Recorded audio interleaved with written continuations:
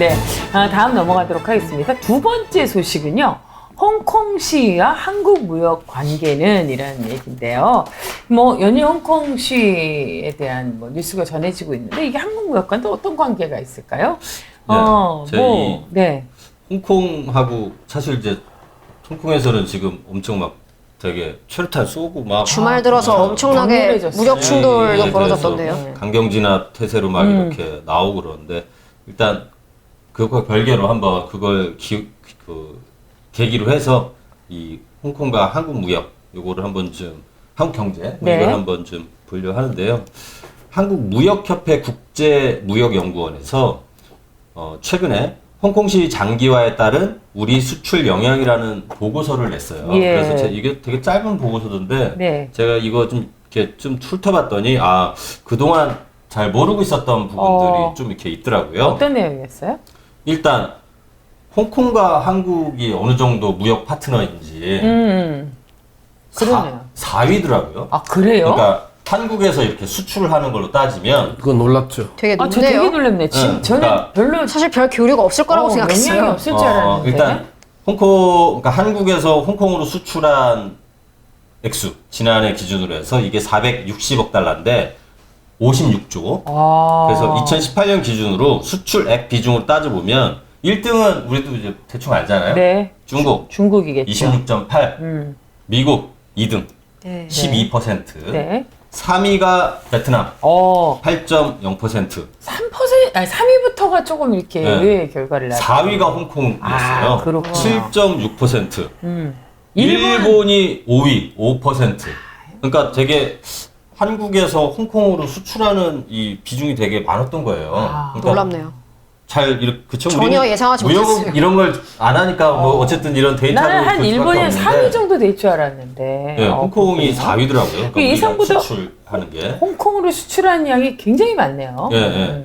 그래서 이제 이 보고서는 이제 네. 지금 중국이 이제 홍콩 이걸 지금 시위를 반송중, 그러니까 중국으로 송환하는 반대한다. 네, 반송중 네. 시위 무력진을 만약 시도하고 미국이 만약에 이에 개입하고 만약에 이게 미중 무역 갈등하고 이제 연계되면 한국 수출 경제에 좀 타격이 있을 거다. 네. 그런 이제 우려를 좀 하고 있는데 지금 그 4위 수출국이라고 얘기했잖아요. 이것도 저는 약간 뭐 흥미로웠는데 네.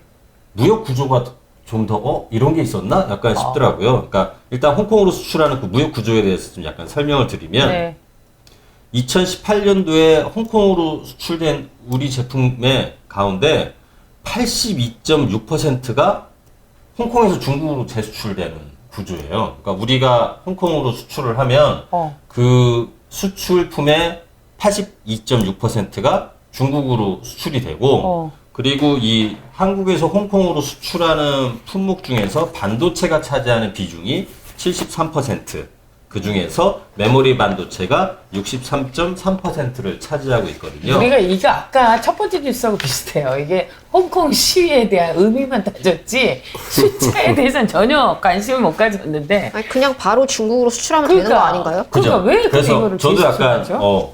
그러니까 홍콩을 이 대중국 수출의 경유지로 삼는 나라가 한국만이 아니래요. 아, 그래요? 네, 그러니까 미국이나 일본, 대만 등도 홍콩에 수출했다가 그 수출한 제품이 상당수가 중국으로 이렇게 가는 그런 구조, 그러니까 일종의 홍콩을 무역의 경유지로 삼고 있다고 근데 합니다. 왜 거기를 왜 경유지로 그러냐면 삼을까요? 일단 홍콩 하면은 금융허브, 금융허브로 이렇게 유명하잖아요. 그러니까 홍콩을 경유하게 되면 자금 조달하기가 편리하대요. 홍콩이 이 금융허브이기 때문에 그때 그 금융허브라는 얘기는 들어서 나는 돈만 왔다 갔다 하는 줄 알았더니 자금을 조달하기도 좀 편리하고 또 중국하고 직접 거래할 때 생기는 법적인 제도적인 리스크를 좀 낮출 수가 있다고 합니다. 그래서 2003년도에 홍콩하고 중국이 경제협력 동반자 협정 CEPA, 세파 이 협정을 맺어서 홍콩을 원산지로 하는 상품의 중국 수출은 무관세 혜택을 받을 수가 있거든요. 그래서 지난해 기준으로 해서 홍콩의 수입액 가운데 이걸 다시 재수출을 하는 비중이 87.1%. 그러니까 홍콩 무역은 자기네 나라 찍고 다른 나라로 가는 거고 이 재수출 가운데 중국으로 가는 게 55.1%라고 하니까 대부분 그러니까 중국으로 대체로 홍콩의 무역은 자기네 나라가 최종 이 귀착지가 아니라 자기네 찍고 딴 데로 그러네요. 가는 그런 무역 구조를 가지고 있다. 근데 그 중에서 중국으로 하는 게 사이즈가 크다. 그렇겠네요. 이렇게 보면 일단 홍콩이 사실 굉장히 작은 지역 혹은 나라라고 볼 그렇죠. 수가 예. 있고요. 또 아마 이 GDP로 잡히는 경제 규모, 국가 GDP 도 사실 그렇게 아주 크지는 않을 겁니다. 근데 그럼에도 불구하고 이게 중국의 관계에서 볼 때 홍콩은 대단히 중요한 지역이거든요. 그러겠네요. 아까 이제 차윤석 팀장님께서 그 세계 3위 금융허브라고 하셨는데요. 그 기준은 뭔지 모르겠습니다. 모르겠지만은 일단 굉장히 중요한 금융허브라고 볼 수가 있는데 금융허브는 뭔가 하면 기본적으로 이 돈이 자유롭게 네. 이제 들어갔다가 또 자유롭게 나올 수 있는 예. 그런 곳을 말합니다. 그래서 예컨대 우리나라만 해도 예를 들어서 이제 지금 우리가 엔화를 가지고 엔화나 네.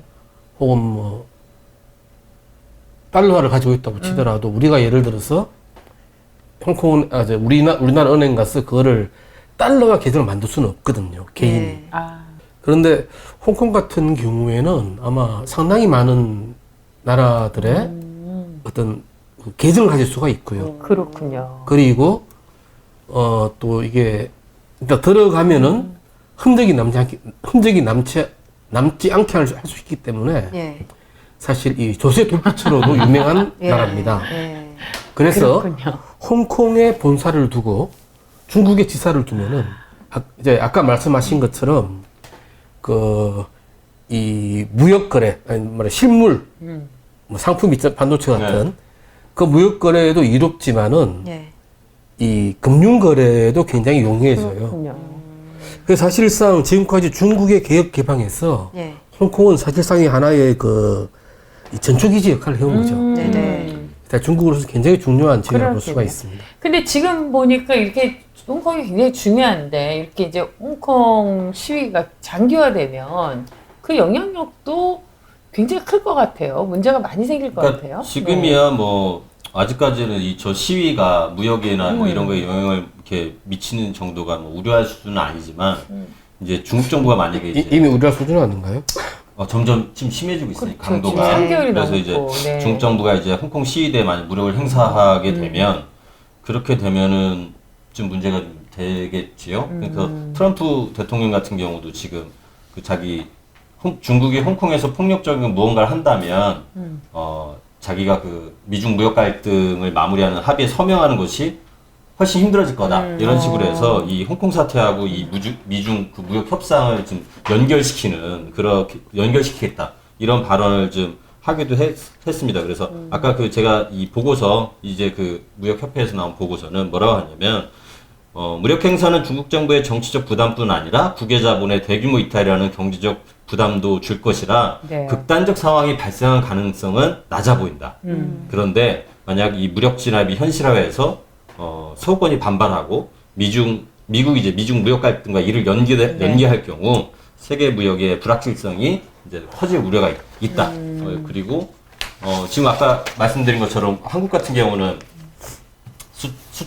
수출할 때 4위라고 했잖아요. 네. 4위고 거기에 주로 반도체가 많이 들어가고 그 제품들이 대체로 중국으로 이렇게 다시 재수출되는 이런 구조를 가지고 있다면 홍콩 문제가 미중 무역 협상하고 많이 연결되는 그런 상황이 오게 되면 사실상 홍콩을 경유한 대중국 수출 문제이기 때문에 그러면은 영향이 좀 있을 것이다. 그렇겠네요. 이렇게 이 보고서는 얘기를 하고 있습니다. 그래서 저게 저는 약간 그런 구조가 있다는 거를 보고서 이렇게 보고서 이거는 같이 한번 알아두면 좀 도움이 되겠구나 이런 생각을 해서 이 보고서를 약간 소개했습니다. 알겠습니다. 이상입니다.